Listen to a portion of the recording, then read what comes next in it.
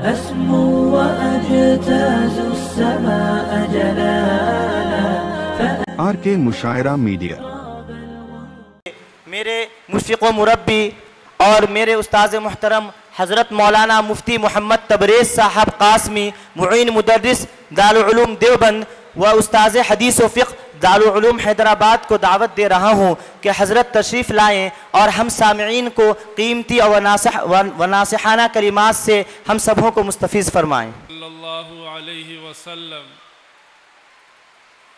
ان اللہ یرفع بهذا الكتاب اقواما ویضع به آخرین صدق اللہ العظیم وصدق رسولہ النبی الکریم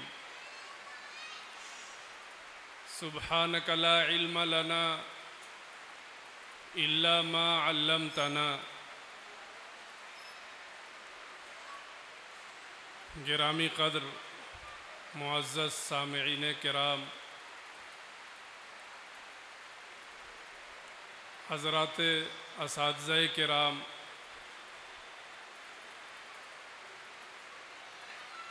رفیع المرتبت اس اجلاس کے صدر عالی وقار عزیز طلبہ،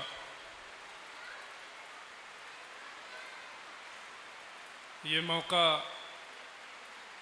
اس معنی کر انتہائی مسرت اور خوشی کا ہے کہ قرآن کریم جیسی عظیم کتاب کی تکمیل حفظ اور تکمیل حفظ کی مناسبت سے ان طلبہ کی دستار بندی کا ہے۔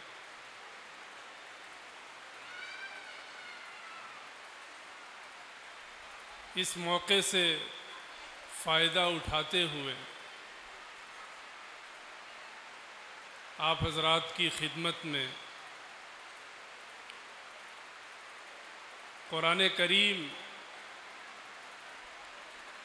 اور حفظ قرآن کریم کے تعلق سے قرآن و حدیث میں بکھری ہوئی باتوں کو سمیٹنے کی کوشش کروں گا۔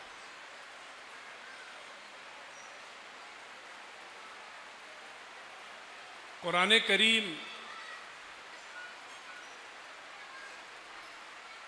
کتاب ہدایت بھی ہے، کتاب تلاوت بھی ہے، کتاب شفا بھی ہے، اور انسانیت کے ہر مرض کی دوا بھی ہے۔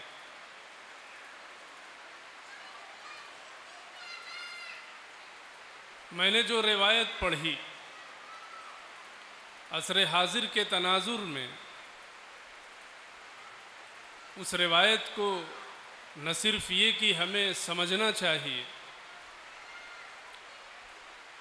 بلکہ اپنی زندگیوں میں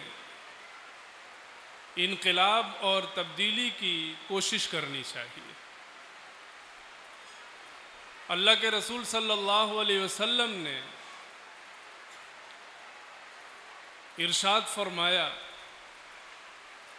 ان اللہ یرفع بهذا الکتاب اقواما ویضع به آخرین۔ اس چھوٹے سے جملے میں سرکار دو عالم صلی اللہ علیہ وسلم نے دنیا کے عروج و زوال کا بنیادی سبب بیان فرمایا۔ قوموں کو عروج اور ترقی کیسے ملے گی اور قومیں پستی اور زوال کا شکار کیسے ہوتی ہیں؟ فرمایا، بے شک اللہ رب العزت اپنی اس کتاب کے ذریعے ایک قوم کو بلندی عطا فرماتے ہیں، اور اسی کتاب کے ذریعے ترقی یافتہ قوموں کو زوال پذیر کر دیتے ہیں۔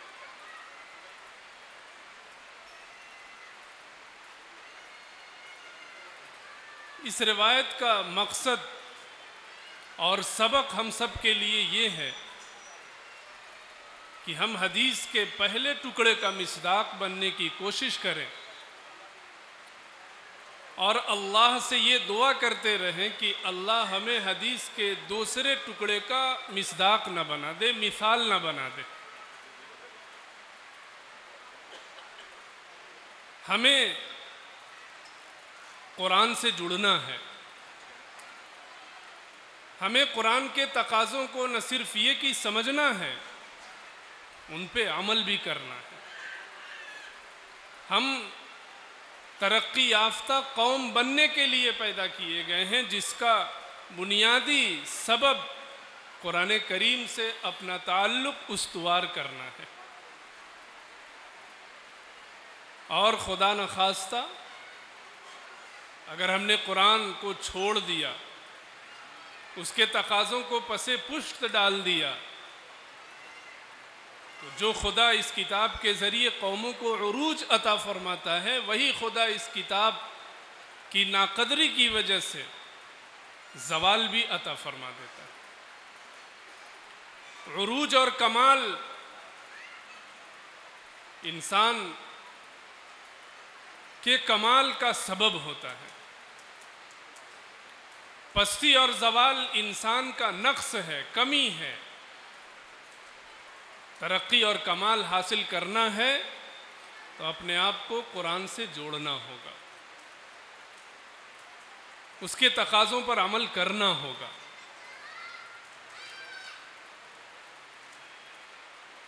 قرآن کریم قوموں کے عروج و زوال کا سبب کیوں ہے اور کیسے ہے،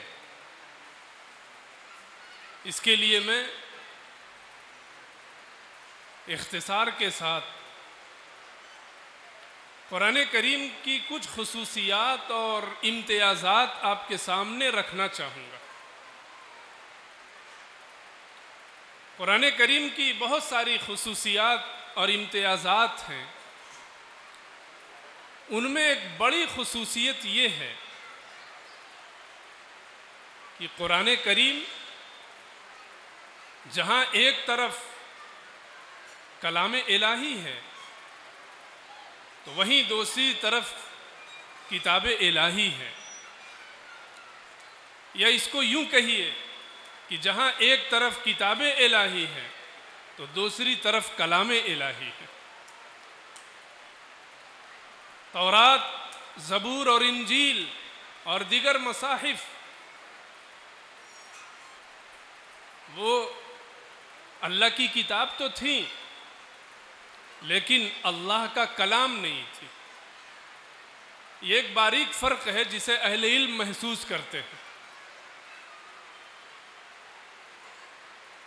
اب اللہ کی جتنی صفات ہیں قرآن کریم کے اندر وہ تمام صفات کے مظاہر موجود ہیں۔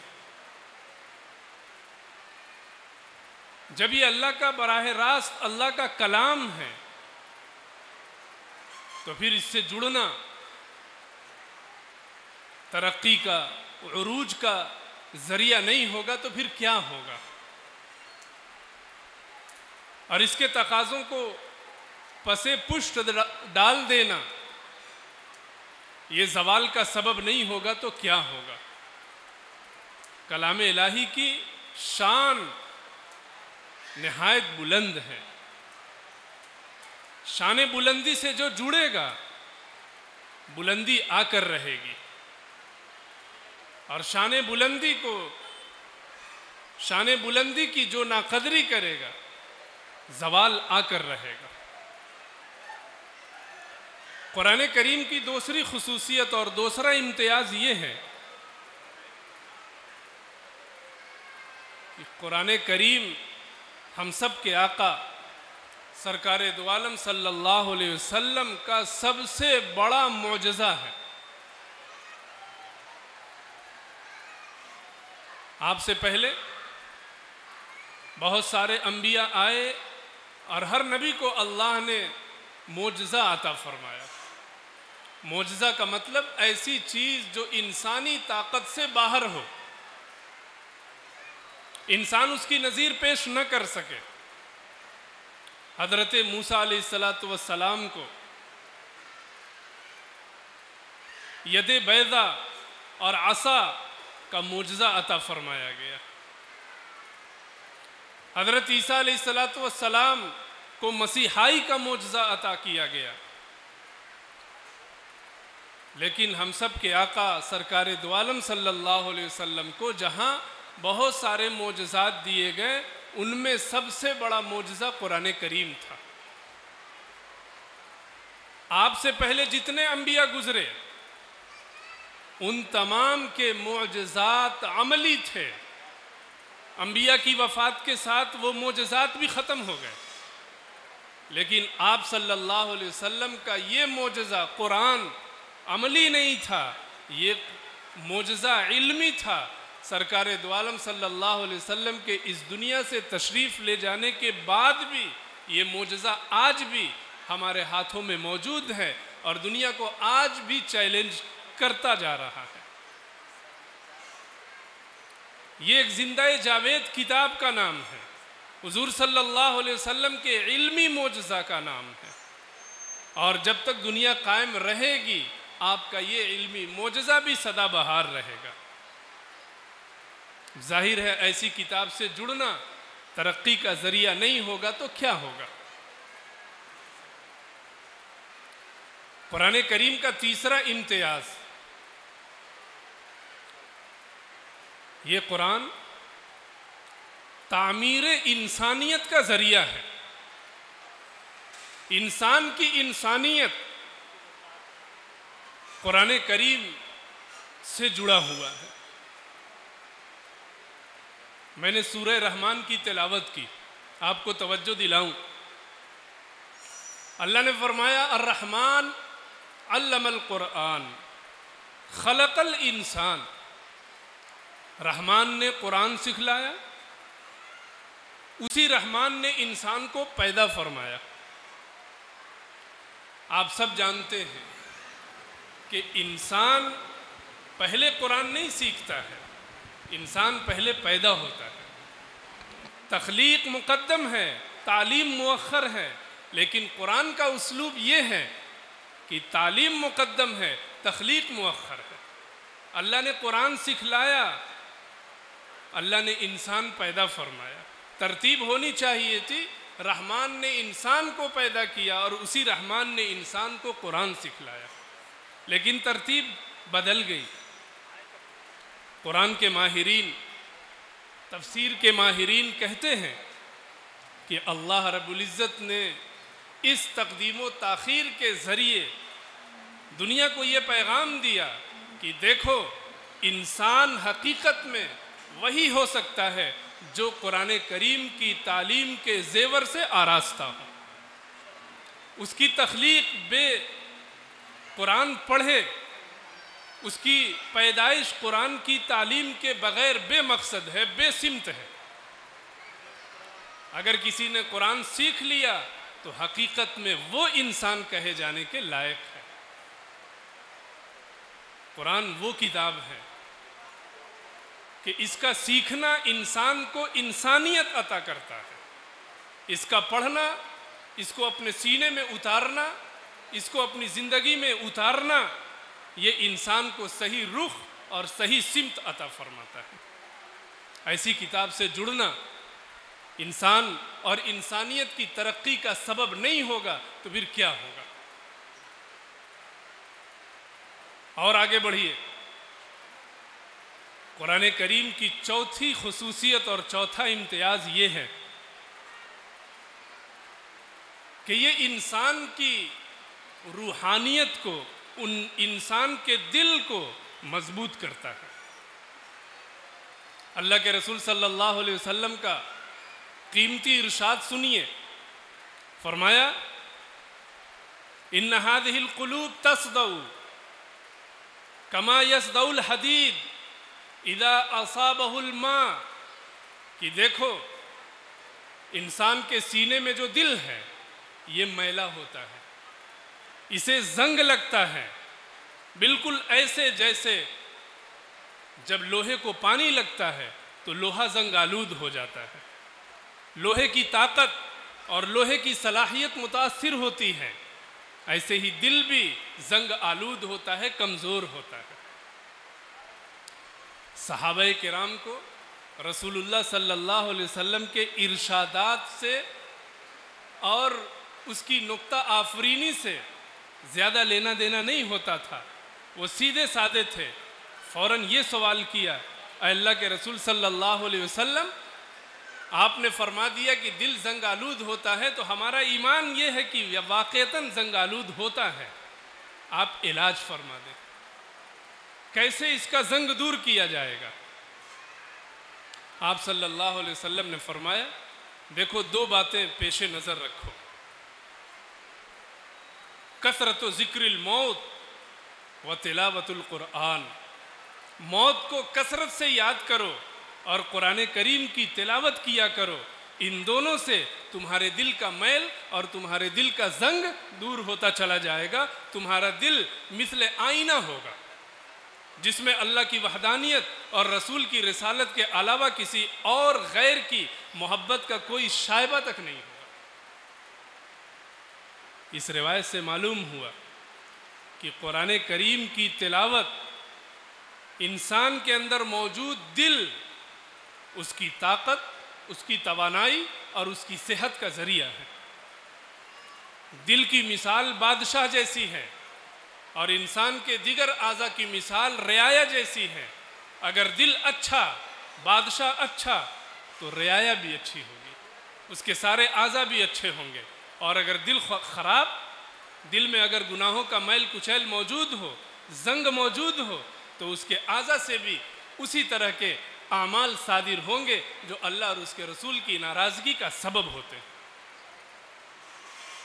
تو قرآن کریم وہ کتاب ہے جس سے انسانیت کے قلوب صاف ستھرے بنتے ہیں، ان کا زنگ دور ہوتا ہے، اور جب انسانیت کے تمام قلوب اللہ کی محبت سے سرشار ہوں گے تو وہی قومیں جن کے سینے میں ایسے صاف ستھرے دل ہوں گے، وہی قومیں ترقی کریں گی، اور وہی قومیں آنے والی نسلوں کے لیے مثال اور نمونہ بنیں گی، جیسا کہ صحابہ کرام نے دنیا کو نمونہ بن کر دکھایا۔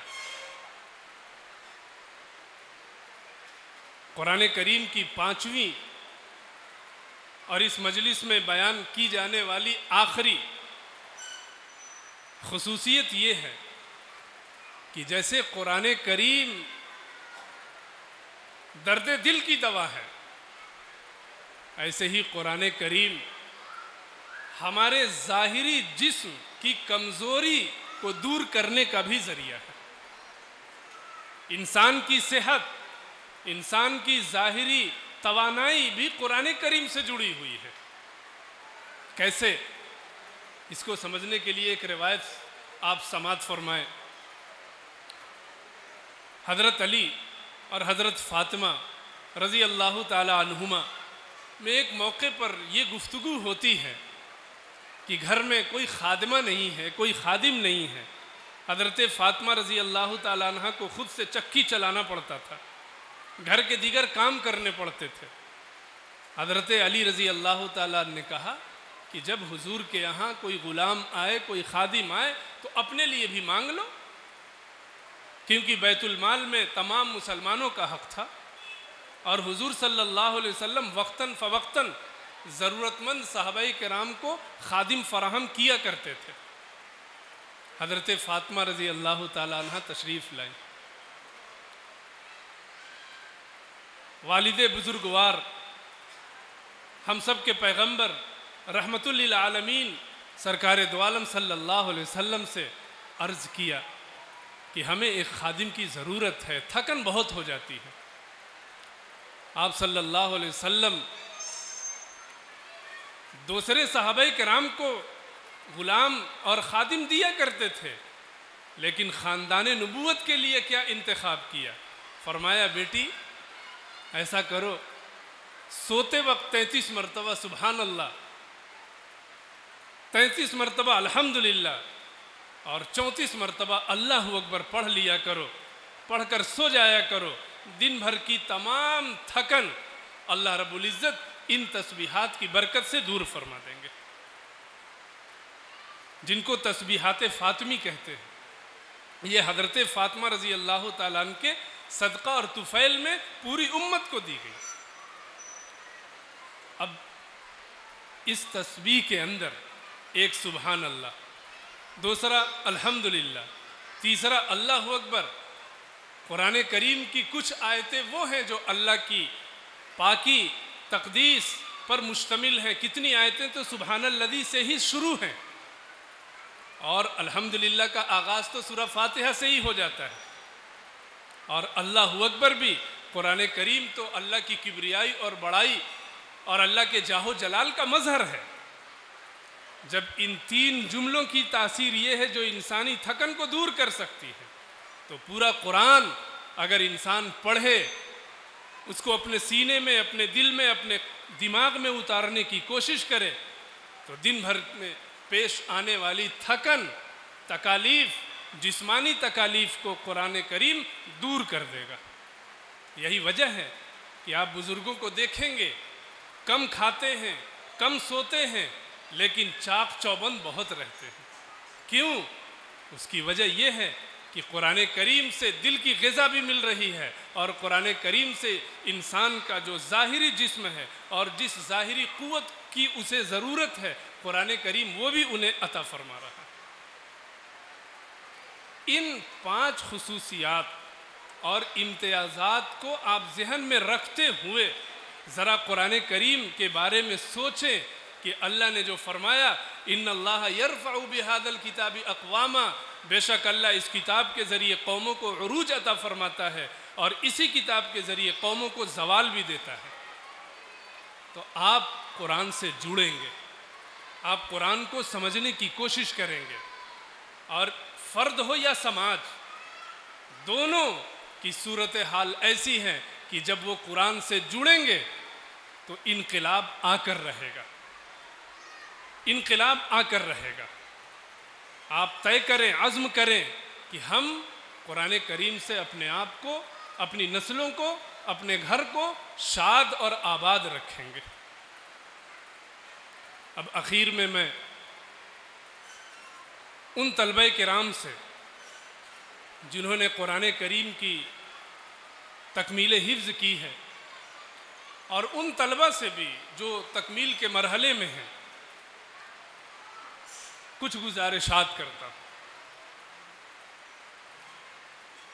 سب سے پہلے تو وہ طلبہ جنہوں نے قرآن کریم کو اپنے سینے میں محفوظ کیا ہے، انہیں میں مبارکباد پیش کرتا ہوں،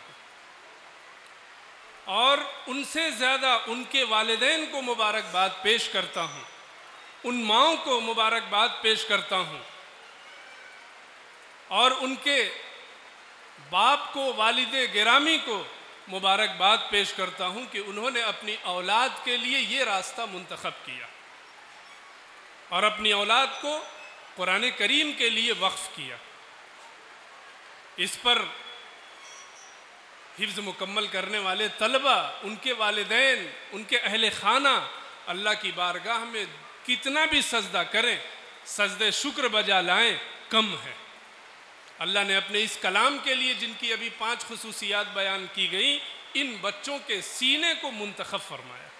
یہ کوئی معمولی اور عام بات نہیں ہے. دنیا میں کروڑہ کروڑ انسان جی رہے ہیں، لیکن قرآن کریم کی دولت اللہ رب العزت اپنے مخصوص بندوں کو عطا فرماتا ہے. اللہ نے ان کو اپنے مخصوص بندوں میں شامل فرما لیا. لیکن یہاں یہ سمجھنا ضروری ہے، ان طلبہ کے لیے بھی، ان کے سرپرستوں کے لیے بھی، ان کے اساتذہ کے لیے بھی، کہ ابھی انہوں نے اپنی ایک منزل کو حاصل کیا ہے، ابھی آگے اور منزلیں ہیں. آپ حافظ قرآن بن گئے، اب دوسری منزل یہ ہے کہ آپ عالم قرآن بنیں، قرآن کو سیکھیں، الفاظ بھی سیکھیں، معانی بھی سیکھیں، تفسیر کو جانیں، اللہ کی مراد کو سمجھنے کی کوشش کریں اور دنیا تک پہنچانے کی فکر کریں۔ حافظ قرآن کی دوسری منزل ہے کہ اب وہ عالم قرآن بنے۔ علم کے بغیر عمل نہیں ہو سکتا ہے، علم کے بغیر اللہ کی مراد کو آپ نہیں سمجھ سکتے ہیں۔ اور جب عالم بن جائیں تو آپ کی تیسری منزل ہے عالم قرآن بننے کے بعد کہ آپ عامل قرآن بنیں، قرآن کے تقاضوں پر عمل کرنے کی کوشش کریں۔ آج یہ بات انتہائی درد اور افسوس کے ساتھ کہی جا سکتی ہے کہ ہمارا رشتہ عملی طور پر قرآن کریم سے بہت کمزور ہو گیا۔ ہم تلاوت نہیں کر پاتے، ہم قرآن سیکھ نہیں پاتے اور قرآن کے تقاضوں پر عمل نہیں کر پاتے۔ ان بچوں کو یہ عزم کرنا ہے کہ ہمیں قرآن کا علم حاصل کر کے قرآن کے تقاضوں پر عمل بھی کرنا ہے۔ وہ معزز تھے زمانے میں مسلمان ہو کر اور ہم خار ہوئے تاریک قرآن ہو کر۔ علامہ اقبال نے تو تم کہا تھا، میں نے ادنیٰ تبدیلی کے ساتھ ہم کہا، ہم خار ہوئے تاریک قرآن ہو کر۔ مطلب یہی ہے کہ ہم قرآن کریم کے تقاضوں پر عمل نہیں کریں گے تو ذلت و خواری ہی ہمارا مقدر ہوگی۔ وَيَدْعُ بِهِ آخرین کا نمونہ تو ہم بنیں گے ہی اگر قرآن کریم پر عمل نہ کر سکے۔ اس لیے عالم قرآن کے بعد آپ عامل قرآن بننے کی فکر اور کوشش کریں، اور جب یہ منزل حاصل ہو جائے تو حافظ قرآن کی چوتھی منزل ہے عاشق قرآن بنے۔ آپ کو قرآن سے عشق ہونا چاہیے، اس کی تلاوت سے محبت ہونی چاہیے، اس پر عمل کرنے کا جذبہ عشق انتہائی درجے کا ہونا چاہیے۔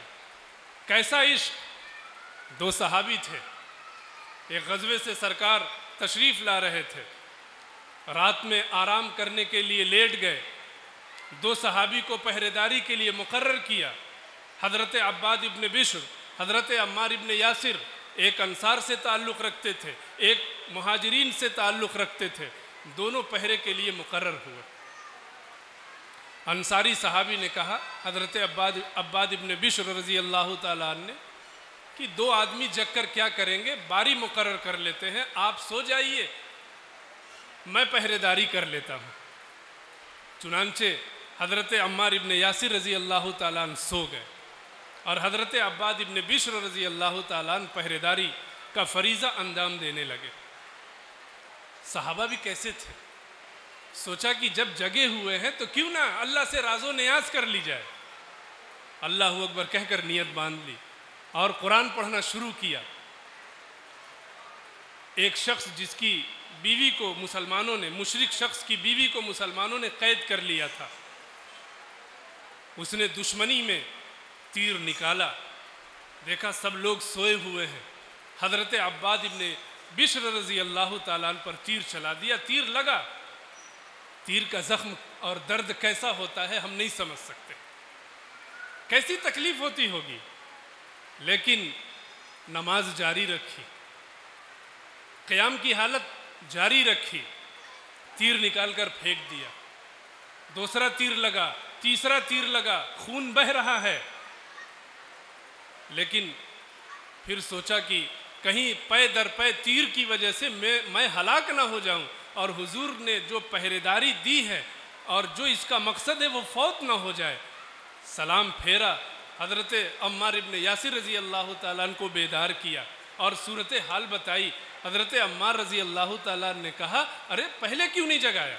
جواب سنیے اور عشق کا اندازہ کیجئے۔ کہا جب میں نے نماز شروع کی، قرآن کریم کی تلاوت شروع کی، تو تیر لگنے کے بعد درد تو ہوا لیکن احساس نہ ہوا، اور میں نے یہ گوارا نہیں کیا کہ میں نماز میں قرآن کریم کی تلاوت میں جو حلاوت اور چاشنی اور راز و نیاز کی جو حلاوت اور چاشنی محسوس کر رہا ہوں اسے ختم کر دوں، مجھے یہ گوارا نہ ہوا۔ قرآن کا ایسا عشق اللہ ہمیں بھی عطا فرمائے کہ تیر لگ جائے لیکن احساس نہ ہو۔ عشق کہتے ہی ہے اسی چیز کو جو انسان کی تکلیف اور درد کا احساس ختم کر دیتا ہے۔ ہمیں بھی ایسا عاشق قرآن بننا ہے۔ اگر ہم تلاوت نہ کر سکے تو ہمیں بے چینی ہونی چاہیے۔ قرآن کریم کے تقاضوں کی خلاف ورزی ہو گئی تو ہمیں بے چینی ہونی چاہیے۔ اور حافظ قرآن، عالم قرآن، عامل قرآن، عاشق قرآن بننے کے بعد ہماری آخری منزل خادم قرآن کی ہونی چاہیے۔ اب ہم قرآن کی خدمت کے لیے اپنے آپ کو وقف کر دیں۔ اس کے لیے مکتب قائم کرنا پڑے مکتب قائم کریں، مدرسہ قائم کرنا پڑے مدرسہ قائم کریں، لیکن قرآن کریم کی خدمت سے اپنے آپ کو جوڑنا ہے۔ قرآن کریم کی خدمت ہی ہماری معراج ہے، قرآن کریم کی خدمت ہی ہماری ترقی کا راز ہے۔ آج قرآن کریم کی خدمت کو، اس کی تعلیم کو لوگ بہت معمولی سمجھتے ہیں۔ اسے معمولی نہیں سمجھنا چاہیے۔ یہ تو 4 منزلوں سے گزرنے کے بعد آخری منزل ہے، اور اسی منزل کے بعد اللہ کا وہ اعلان حشر میں ہوگا کہ اے حافظ قرآن پڑھتا جا اور چڑھتا جا، تو جہاں آخری آیت پڑھے گا تیری منزل وہ ہوگی۔ اللہ رب العزت ہم سب کو قرآن کریم سے جڑنے کی توفیق عطا فرمائے، اور ہمارے حفظ کی تکمیل کرنے والے طلبہ کو آگے کے منازل طے کرنے کے اسباب فراہم فرمائے۔ میں اس موقع پر مدرسہ حاضہ کے تمام ذمہ داران اور اساتذہ کرام اور آپ سب کا دل کی گہرائیوں سے شکر ادا کرتا ہوں، اور دعا گو ہوں کہ اللہ رب العزت اس طرح کے اجتماعات کو منعقد کرنے کی نہ صرف یہ کی توفیق عطا فرمائے بلکہ اسے شرف قبول عطا فرمائے، اور جس ادارے کے توسط سے یہ مجلس منعقد ہو رہی ہے اس ادارے کو دین دونی رات چوگنی ترقی عطا فرمائے۔ وآخر دعوانا ان الحمد للہ رب العالمین۔